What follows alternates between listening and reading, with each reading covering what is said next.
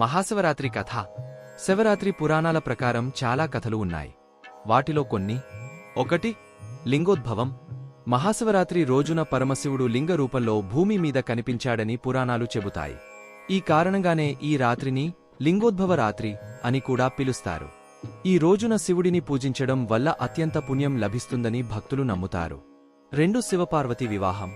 మరో కథ ప్రకారం మహాశివరాత్రి రోజున పరమశివుడు మరియు పార్వతీదేవి వివాహం జరిగింది.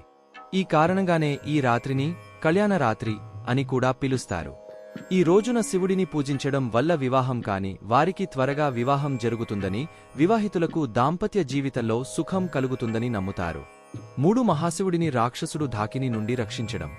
మరో కథ ప్రకారం ఒక రాక్షసుడు ఢాకిని శివుడిని చంపడానికి ప్రయత్నించాడు. శివుడు రాక్షసుడితో పోరాడి చివరికి మహాశివరాత్రి రోజున అతనిని ఓడించాడు. ఈ కారణంగానే ఈ రాత్రిని విజయరాత్రి అని కూడా పిలుస్తారు. ఈ రోజున శివుడిని పూజించడం వల్ల శత్రువుల నుండి విజయం సాధిస్తారని భక్తులు నమ్ముతారు. 4. మార్కండేయ ఋషిని యముడి నుండి రక్షించడం. మరో కథ ప్రకారం ఒక ఋషి మార్కండేయ యముడి చేతిలో చనిపోవలసి వచ్చింది. మార్కండేయ శివుడిని ప్రార్థించాడు. శివుడు యముడిని అడ్డుకుని మార్కండేయను రక్షించాడు. ఈ కారణంగానే ఈ రాత్రిని మోక్షరాత్రి అని కూడా పిలుస్తారు. ఈ రోజున శివుడిని పూజించడం వల్ల మోక్షం లభిస్తుందని భక్తులు నమ్ముతారు. మహాశివరాత్రి వ్రతం. ఈ రాత్రి భక్తులు శివుడిని పూజించడానికి ఉపవాసం ఉంటారు. రాత్రంతా జాగరణ చేస్తారు. శివలింగానికి అభిషేకం చేస్తారు. పంచాక్షరి మంత్రం, మహామృత్యుంజయ మంత్రం, శివసహస్రనామ స్తోత్రం వంటి మంత్రాలను జపిస్తారు.